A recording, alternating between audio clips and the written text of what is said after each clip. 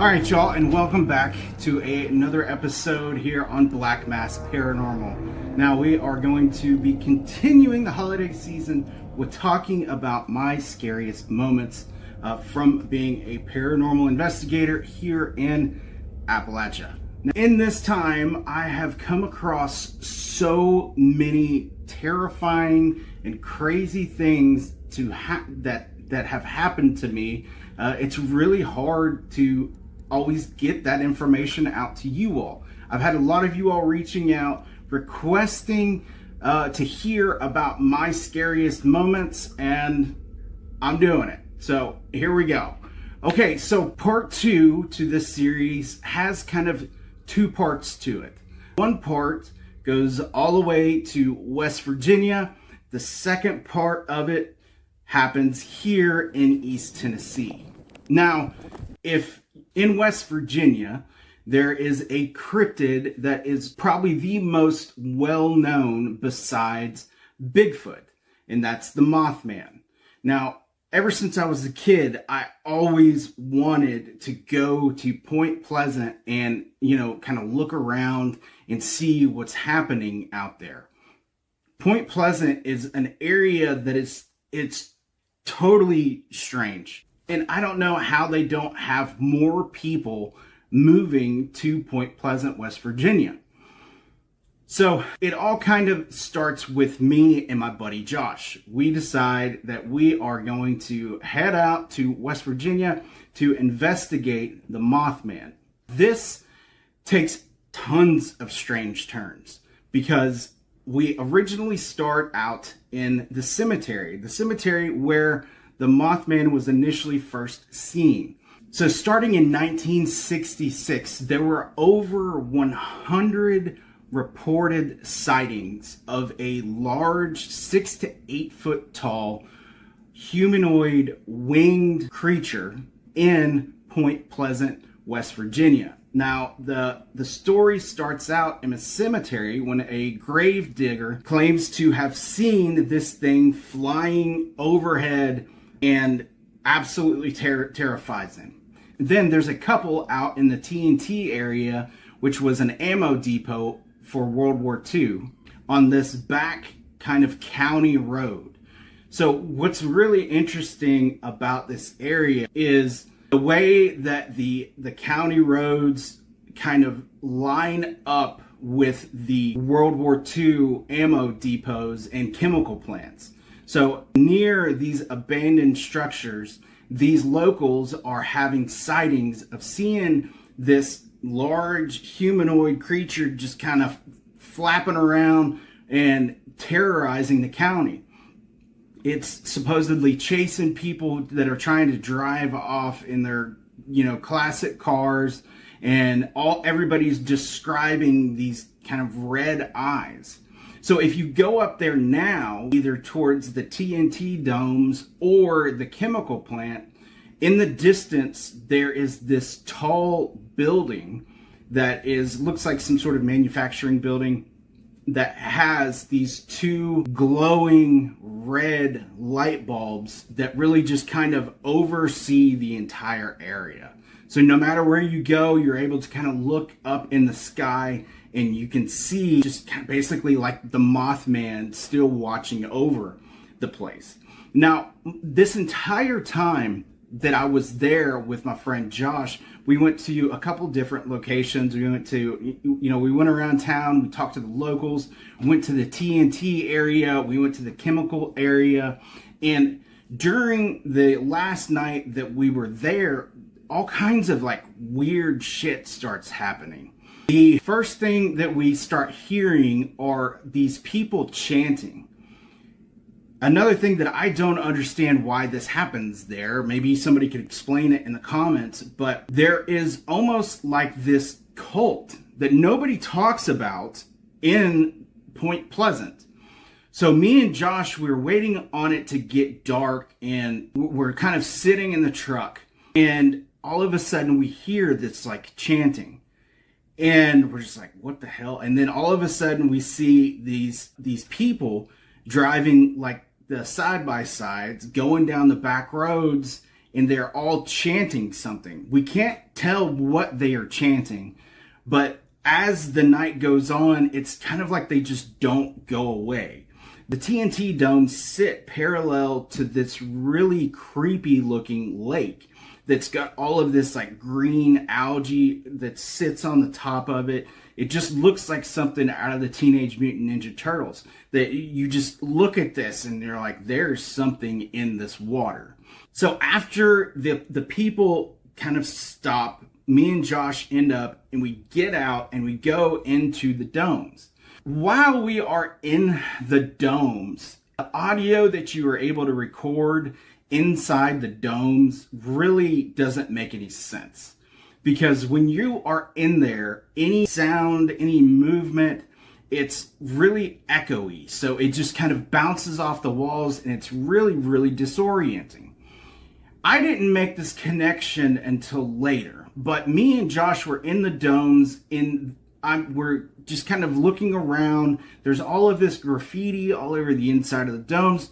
And Josh goes quiet, and I go quiet, and then I hear this voice. And it's almost like the voice that you hear from the movie. It's this really almost robotic kind of sound that you hear.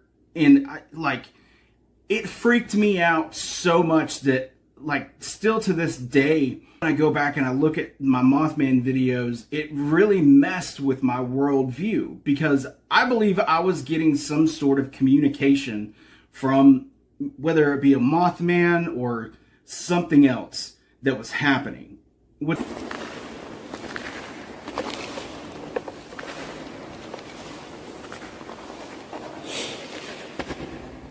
this broken pottery here?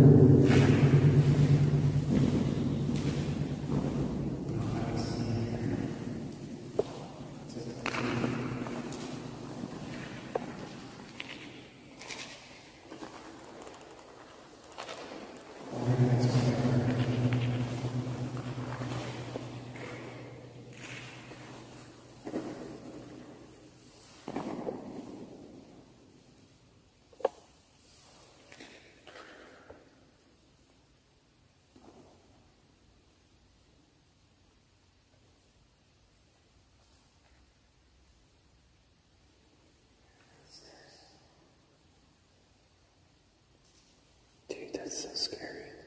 It sounds like your voice came from another direction.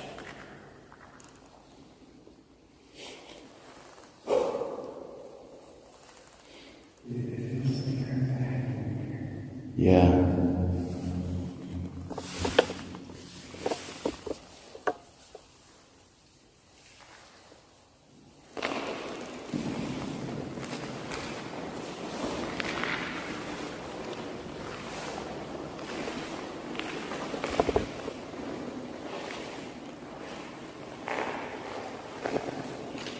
Really wish y'all could experience the echo.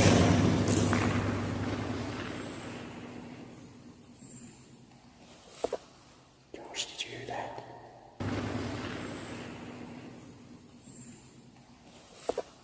Josh, did you hear that?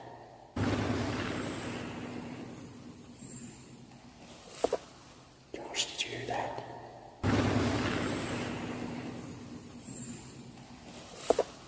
Josh, did you hear that?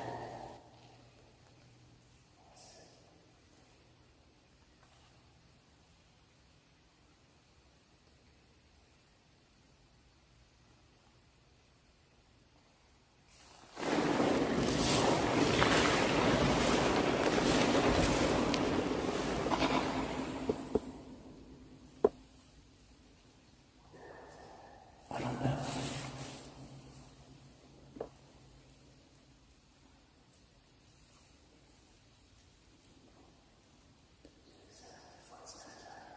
It does.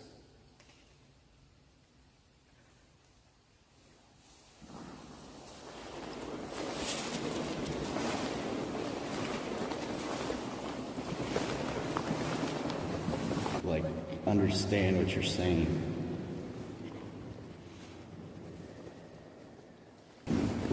Understand what you're saying.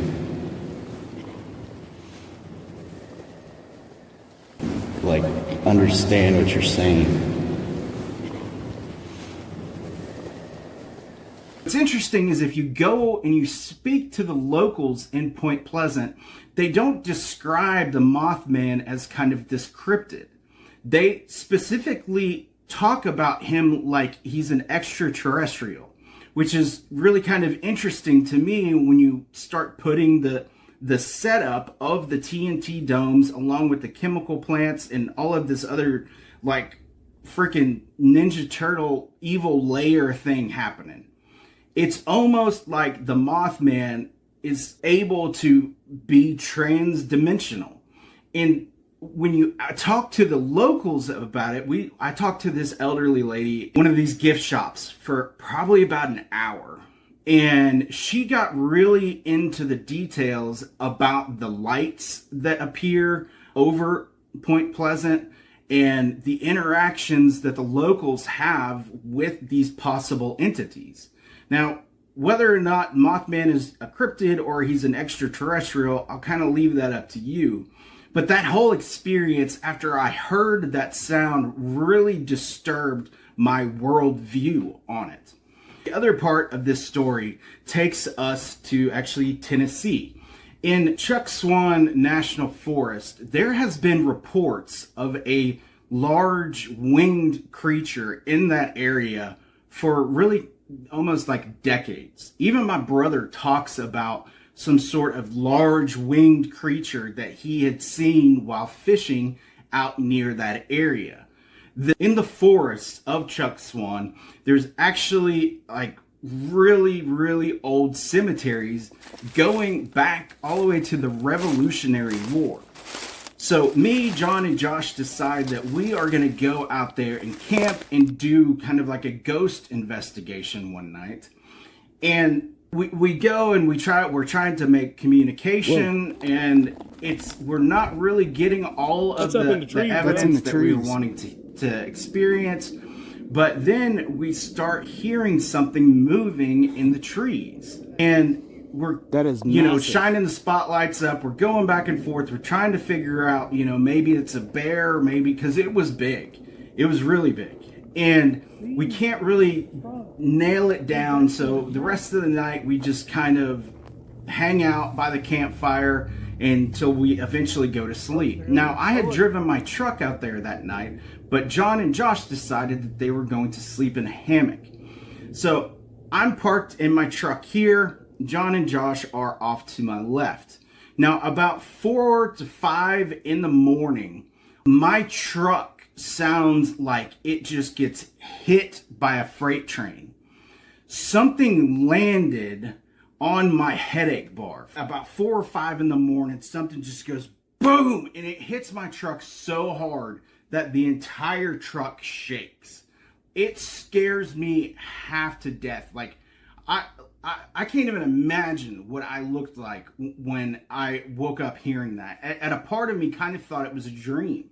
And I look over at John and Josh, and they have both taken their sleeping bag and pulled it over their heads because they are so terrified that whatever just landed on my truck is going to come after them. I'm sitting there kind of like wide awake. This thing finally takes off, like flies away. We can hear the sounds of the wings flying away. And I look at John and Josh. They're both just kind of like, holy shit, what just happened? None of us were recording. None of us knew what was going on. But I immediately start my truck, turn on all of my lights. John and Josh start packing up, and we are all like heading out. We were planning on hanging out there the next day, but whatever this freaking thing was so big that it's a miracle it didn't kill John and Josh. So I'm driving back through. It's not just like a back country road. Like, these are like old fire roads that aren't maintained very well. A lot of people will use them for like ATVs and side-by-sides. It's not somewhere you would take a car or a two-wheel drive vehicle. And I am hauling freaking ass out of this place because I'm just freaking terrified. There was another case, there was another hunter that actually experienced something similar, but he was in his tree stand and he claimed to have seen this 6 to 8 foot tall winged figure, like humanoid figure, sitting in a tree. And he was terrified. He was afraid to shoot it because he wasn't sure if he would be able to kill it, and then the thing would come after him. So here I am, just flying down the road. I just banging my truck all to pieces. Like, I'm throwing cast iron pots out of the bed of my truck because I'm hitting stuff so hard. And then finally, I eventually get out of that area. And I remember I pull to a gas station and I sit and I wait on John and Josh to hopefully come out soon. My truck was a little bit bigger than Josh and was a little bit more capable of flying out of there. Eventually, I was able to call them and made sure that they got out of there safe, but then I just freaking hit the road. So that was probably one of my scariest moments, when that creature landed so hard on my truck. Now, there's a really interesting parallel to something like this that's happening in North Carolina that I'm going to try to go investigate if I can. It's further towards the ocean than it is on my side of North Carolina, so it's going to be a big ordeal for me to get out there, but I'm working on some plans to be able to get out that way. And if you don't know what I'm talking about, you should look it up. There was an individual that was driving down a North Carolina back road that claimed that he had seen this man that was like covered in blood, and then he goes to turn around and all of a sudden this creature is in the back of his truck. He's on the phone with 911, totally freaking out, saying it's not human, scared to death. There's really not a whole lot of information on this case other than the 911 call. There is another investigator that was able to get in touch with the guy that it happened to, but ever since then, he's been kind of quiet. So if you like this video, please hit that subscribe button. Definitely give this video a like. And please, guys, go check out my backup channel, The Black Mass Adventure. I'm going to start including more content on that side, but I'm being attacked by several different things right now on my channel, and I'm worried that eventually it's going to get hit and taken down. I would like to be able to get it up to 1,000 subscribers pretty quick. That way I can start going live on it, and we'll be able to communicate a little bit better. Unfortunately, that's kind of what happens when you do this paranormal research and you take it seriously and you actually go out to these locations. It seems to be there's a whole group of, whether they're government entities or the Men in Black or whatever, they seem to target these paranormal investigators to prevent this stuff from coming out. I recently, my buddy Harley managed to get his hands on this one project that is pretty freaking crazy, and it actually lines up pretty well with a lot of my theories that happened with the Dogman. Since then, my bank accounts have been frozen. There's been a lot of weird things happening. So please go subscribe to the Black Mass Adventure, and until next time.